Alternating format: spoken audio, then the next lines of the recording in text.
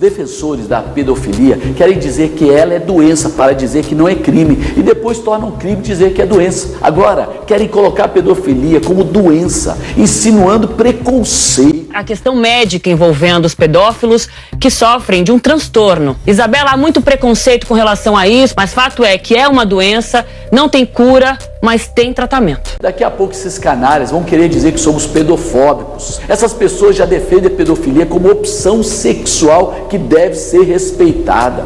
Se não nos posicionarmos, daqui a alguns anos, veremos esses criminosos abusando legalmente dos nossos filhos e ainda poderemos ser criminalizados se nós pensarmos de forma diferente. Sabe qual é o tratamento dessa doença? É cadeia, é castração química. Me perdoe, eu estou revoltado. Isso é inadmissível no Brasil e em qualquer país. Pedofilia é crime. Que você que está na sua casa, desempregado, não consegue um emprego, está passando por dificuldade e tudo mais, agora vai ter mais um concorrente na busca por um emprego, e não é uma concorrência justa que vai ser feita pelo mérito, por aquele que é melhor preparado, né? Não. Vai ser agora uma briga por cota. E eu digo mais para vocês, vocês vão concorrer com condenados, tá? Com presidiários. E eu não estou falando somente daqueles que já pagaram a sua dívida, né, perante a sociedade e que sim, merecem uma oportunidade de ressocialização. Estou falando até de presos ainda condenados terão cotas de empregos garantidos. Tá? Essa notícia eu estou trazendo aqui do nosso portal terçalivre.com.br. Carmen Lúcia assina cota para presidiários e ex-presidiários como presidente em exercício. De acordo com o decreto assinado na terça-feira 24, ou seja, ontem, pela presidente em exercício Carmen Lúcia, as empresas contratadas pelo governo federal para prestação de serviços devem oferecer cotas para presidiários e ex-presidiários, sempre que os contratos firmados entre as partes ultrapassem o valor de 300 mil. Ou seja, qualquer obra do governo, porque qualquer obra do governo fica mais de 300 mil. O governo federal alega a ressocialização de apenados. A medida é do governo de Michel Temer, MDB, e Carmen Lúcia apenas cumpriu o que já era previsto pelo Executivo, já que o presidente passou o cargo momentaneamente. Com o decreto, esse tipo de contratação é obrigatória e interfere diretamente nas empresas que firmam contrato com a União. Presidiários e ex-presidiários ocuparão espaços para trabalhar em consultoria, limpeza, vigilância e alimentação. Segundo o governo federal, os editais de licitação para os serviços já serão confeccionados com a previsão para a contratação de presos. E a medida se aplica a presos provisórios, presos do regime fechado, semiaberto ou aberto, ou ainda egressos do sistema prisional. Num país de milhões de desempregados, o ministro Raul Jungmann disse que a oferta em emprego para presos é fundamental para criar uma possibilidade de ressocialização. Ainda que para preencher essas vagas eles acabem tirando espaços de quem não cumpre a pena ou tenha cometido crimes. Bom, meus caros, por aí vocês podem tirar, né, a situação, né, o caos, a bandidolatria que esse país está. Aqui eu não julgo, né, pessoas que pagaram a sua pena com o Estado, que realmente precisam de uma oportunidade, que realmente queiram tomar um novo rumo na sua vida, de maneira alguma. Mas como o governo ele pode chegar num nível tão absurdo?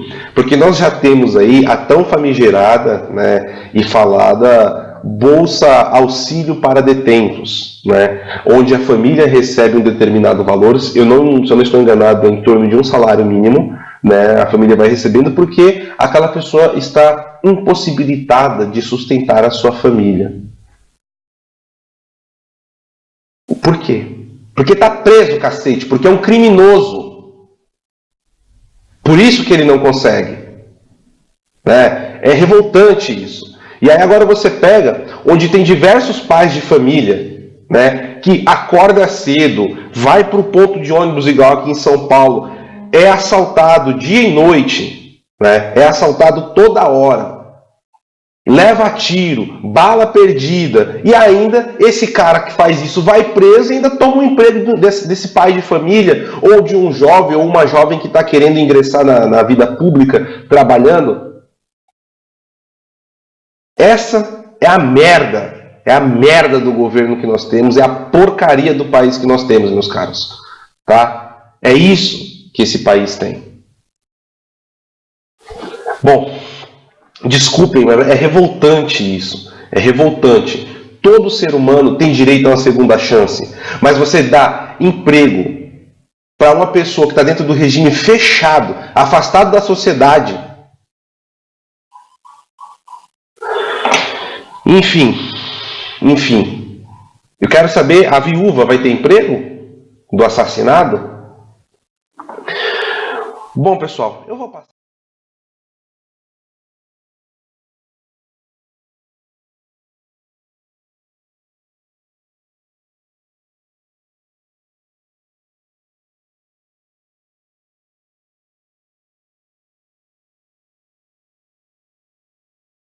Mas eles querem isso, eu estou dizendo, mas olha, é que o pessoal não está informado. Às vezes, desde os anos 50, 60, você circula na esquerda a teoria de que a criminalidade é um forte elemento revolucionário e de que deve ser incentivada. Isso aí está nas obras de Herbert Marcuse, meu Deus do céu, o cara diz isto. E essa putada toda que está no governo hoje, foram todos formados nesta mentalidade. Você tem que incentivar a criminalidade, a putaria, as drogas, etc, etc. Porque no tempo de Karl Marx dizia que a força revolucionária é o proletariado. Aos poucos eles foram mudando e falaram, não, a força revolucionária são os bandidos, as putas, os drogados. Então isso é uma política deliberada de criar uma situação revolucionária. Agora, se o pessoal não entender que está sendo vítima de um plano, tá certo? E achar apenas que são casos isolados ou que foram erros, você nunca vai poder combater essa coisa. Combater, como eu disse, a legislação, eu diria que ela proíbe você combater, ela impossibilita o trabalho da polícia. Eu sei, mas eu pessoalmente, eu fui testemunha num caso, vamos dizer, de um policial militar que no Brasil num tiroteio matou um traficante, e daí a quadrilha jurou o cara de morte, e o governo não oferecia a menor proteção pro cara. O cara fugiu pra cá. Pois é. E isso é comum. Isso, inclusive, amedronta, né, o trabalho da polícia, até porque o pessoal é mal pago e tudo mais, então você vai lá arriscar a sua vida e, quer dizer, não tem nenhum suporte governamental, né? É a política de criminalização da polícia, tá certo? E de legalização do crime. Legalização não só do crime ostensivo, mas de toda e qualquer conduta antissocial. Veja o que estão fazendo com as crianças, estão incentivando as crianças a virar bandido mesmo, tá entendendo? Agora, quem não percebe que isso é uma política deliberada e criminosa, e continua tratando os autores, as pessoas que empreendem isso, o público continua tratando como se fossem governantes, pessoas respeitáveis, não pode fazer isso. Por exemplo, a dona Dilma, que parou esse projeto de combate ao crime, ela sabe o que ela está fazendo. Ela deseja a disseminação do crime, porque ela mesma é uma criminosa. Ela fez carreira com isso, pô. Vocês não entendem, não? São cegos. Então, dona Dilma, nossa presidente legítima, etc., uma autoridade, nós temos que respeitar. Por que tem que respeitar, meu Deus do céu? Esse é tudo batedor de carteira. E enquanto eles continuarem com essa timidez, tá certo? Com essa coisa pusilânime, tá? De respeitar as autoridades, mesmo quando elas estão cometendo crime na sua cara. Você vê o Lula que goza da cara das pessoas, dizendo que não vai ser punido por um mensalão, porque a justiça é lenta e quando terminar o processo ele já vai estar morto. O cara fala uma coisa dessa, é um criminoso confesso. As dois ou três discursos que ele fez, confessando as atividades do Foro de São Paulo, atividades, vamos dizer, de intervenção direta na política interna de outras nações, é caso suficiente para impeachment na mesma hora. Agora, tem pessoas que têm horror de perceber que a situação está anormal. A pessoa tem que acreditar que tudo está sempre normal. Quer dizer, tem lá um rinoceronte pondo a piroca no seu cu, tá certo? E você achando que não tem uma sensação estranha, mas está tudo normal. Né? O que é isto, porra? Quer dizer, é o medo é o medo de ficar com medo. O medo de ver que a situação é temível. Quer dizer, uma espécie de covardia elevada ao quadrado. Peraí, tem mais alguém na linha ali. Alô, quem é? Alô? É Ramey quem fala. Quem? Como é? Ramey, tudo bem? Certinho, Olavo.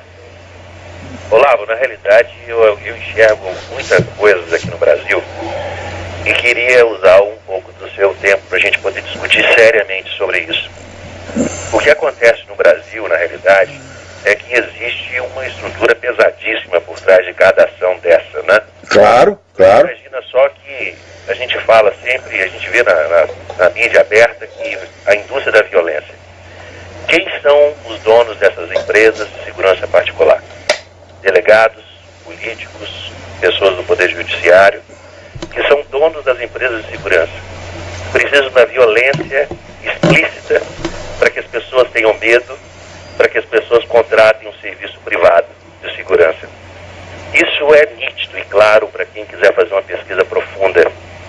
Eu queria que você abrisse esse espaço para que a gente pudesse começar a falar sério sobre isso. Cada vítima dessa representa faturamento a mais para essas empresas de segurança privada. Pois é, criou, vamos dizer, a indústria da desgraça, né? É isso aí, a indústria. E os caras estão ganhando cada vez mais dinheiro. Quanto pior o país está, mais eles ganham dinheiro, É isso aí. Então, pegar a criança lá do Tapinha, você precisa acabar com a criança lá no início para que ela se torne marginal. Não, ainda tem outra coisa, quer dizer, o cidadão comum, ele não pode ter uma arma em casa para defender sua família. Mas se ele for rico, ele pode ter um exército contratado. Então é isso aí. Quer dizer, é a elitização do direito à vida. Isso é a gente começar a observar. O direito legítimo à defesa foi elitizado, quer dizer, só rico tem. Agora, esse rico inclui os deputados todos. Eu duvido, me apresenta um deputado ou senador que não tem guarda-costa. Esse líder de esquerda, né? Eu vi, por exemplo, o Luiz Eduardo Greenhalgh, que tem escritório na frente da minha casa, tinha um segurança armado de metralhadora. Então, eles podem ter, o Lula pode ter, essa putada toda do PT pode ter, mas nós não podemos. Então, mas vamos pegar assim mais um outro caminho. Vamos pegar os acidentes de trânsito no Brasil, que também matam muito. Hoje, você imaginar o seguinte, a indústria de automóveis no Brasil deve estar girando em torno de 10% em média da renovação da frota brasileira com acidente de trânsito. Aí você imagina o seguinte, esses caras que estão no poder trabalham para quem? Você vai reduzir a índice de acidente no Brasil para quê? Para quê? É claro, estão ganhando dinheiro com isso. Então, Até que caiu a ligação dele. Mas essas coisas que ele está falando existem. Essas não posso dizer que essas sejam causas fundamentais. Por quê? Porque o plano de incentivar a criminalidade é muito anterior a tudo isso. Começa nos anos 50 e não começa no Brasil. Começa com a escola de Frankfurt, com Herbert Marcuse, essa gente toda. Quer dizer, o pessoal da esquerda foi ganho para essa ideia muito antes de que a situação se apresentasse. Agora, depois, quando a coisa começa a virar realidade, aparecem os subprodutos da situação que a reforçam, como por exemplo esse caso das empresas de segurança. Começa a aparecer um monte de empresas de segurança que tem interesse no crescimento da desgraça. E daí tudo quanto é deputado, senador, cria lá a sua própria empresa de segurança. Então, vamos dizer, é uma situação, é uma anormalidade criada em cima de outra normalidade, e assim aí a coisa não para mais. Agora, esse pessoal de Forças Armadas está vendo tudo isto. Eles sabem de tudo isso, mas eles só pensam na sua aposentadoria. É só isso que eles querem. É o que eu disse, é o que virou no Brasil o lema nacional. Meu cu acima de tudo. Então significa o seguinte: Santo Agostinho dizia que o amor ao próximo é a base da sociedade humana. Agora, se cada um só pensa em si, só pensa, não, tem que preservar o meu cu e o resto que se foda, pronto, acabou a sociedade, pô. E acabou a sociedade, você cria uma situação de anarquia onde quem vai ganhar? Os industriais da anarquia, os caras que são, vamos dizer, o movimento revolucionário que vive disto. Você vê, o movimento revolucionário nunca conseguiu criar uma sociedade próspera. Você olha os países socialistas, estão todos na miséria. Então eles não conseguem criar uma economia que funcione, mas eles conseguem destruir as economias, e eles vivem disso, pô. Quanto mais anarquia, quanto mais destruição, mais poderosos eles se tornam. Quer dizer, vai fazer pelo menos 200 anos que o pessoal vive disso, e tem gente que ainda não percebeu a constante. Fala, ora, a inteligência humana foi feita para isso, para você perceber, né, distinguir o essencial do acessório, você perceber as constantes, né? Agora, se você é afetado de síndrome do piu-piu, meu filho, a coisa pode se repetir 1000 vezes na sua frente, que você ainda está com dúvida. Quer dizer, a sua máquina mental, né, está proibida de tirar conclusão. Não pode tirar conclusão de porra nenhuma, você tem que ser eternamente inconclusivo. Então, agora, enquanto isso, os seus adversários, seus inimigos já tiraram a conclusão há muito tempo, e a conclusão, meu filho, vai ser no seu cu. Sempre. Então, peraí.